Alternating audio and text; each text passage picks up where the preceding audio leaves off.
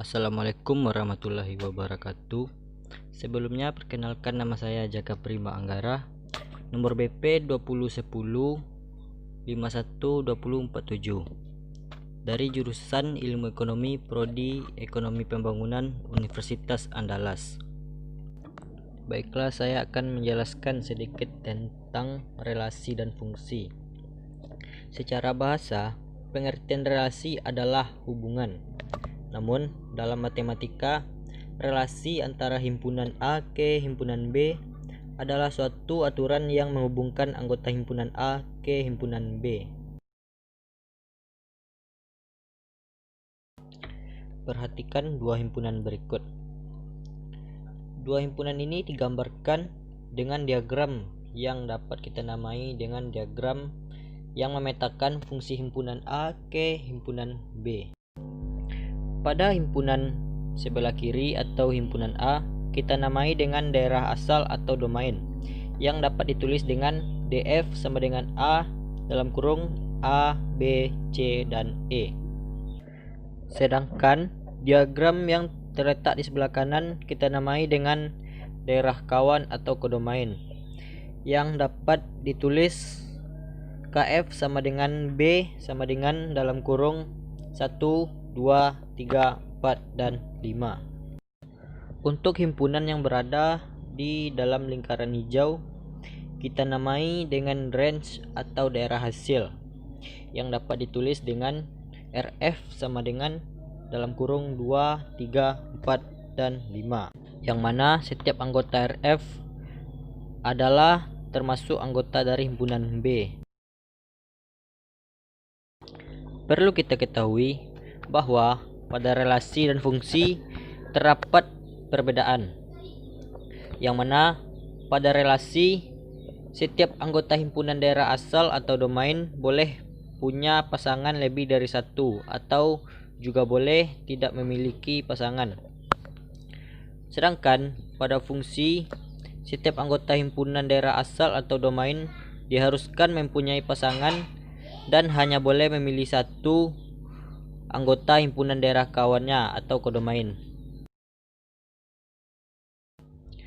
Untuk menentukan mana yang fungsi dan bukan fungsi, kita bisa menentukannya pada 4 diagram berikut. Pada diagram pertama, seperti yang kita lihat, setiap anggota himpunan A memilih satu anggota himpunan B, maka pada diagram ini dapat kita simpulkan bahwa ini adalah fungsi. Sama halnya pada diagram pertama.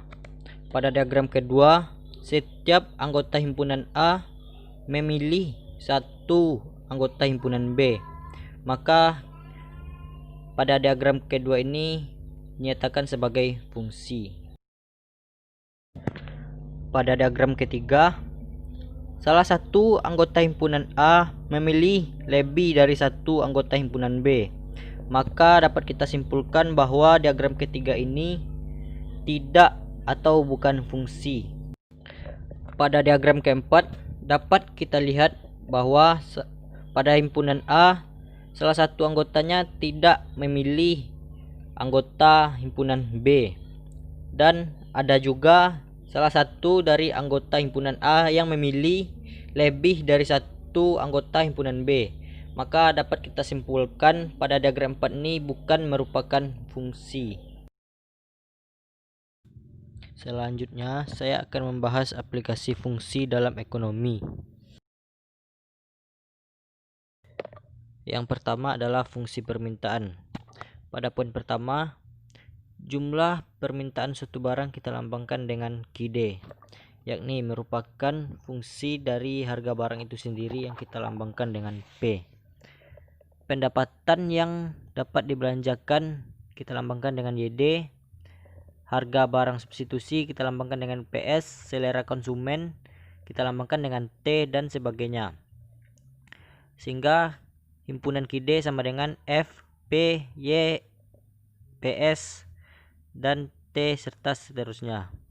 Pada poin kedua, hubungan fungsional tersebut dengan menggunakan persamaan dapat dituliskan sebagai QD sama dengan A0 dikurang A1 P, yang mana P ini adalah harga barang, ditambah A2 YD, yang mana YD ini adalah pendapatan yang dapat dibelanjakan, ditambah A3 PS atau harga barang substitusi, ditambah A4 T selera konsumen, tambah lagi seterusnya.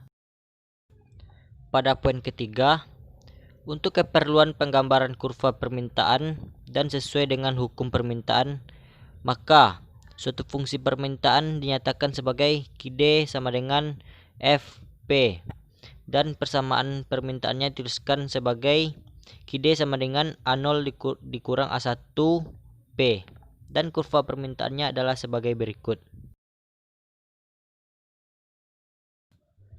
Baiklah, pada grafik kali ini, pada sumbu tegak yang dilambangkan dengan P ini menunjukkan tingkatan harga suatu barang atau output, sedangkan pada sumbu miring yang dilambangkan dengan Q ini menunjukkan kuantitas atau banyak suatu barang atau output. Dari panah yang ditunjukkan pada grafik ini dapat kita simpulkan bahwa jika Q atau kuantitas barang bertambah, maka harga suatu barang akan menurun, dan itu juga berlaku sebaliknya. Selanjutnya saya akan membahas sedikit tentang fungsi penawaran.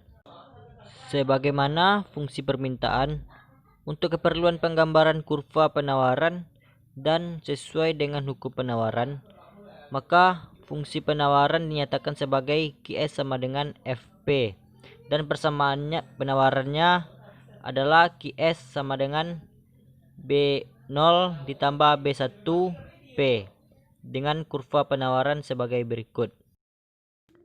Pada kurva penawaran ini dapat kita pahami bahwa jika harga barang meningkat, maka jumlah barang yang disediakan juga akan meningkat, dan itu pun berlaku sebaliknya.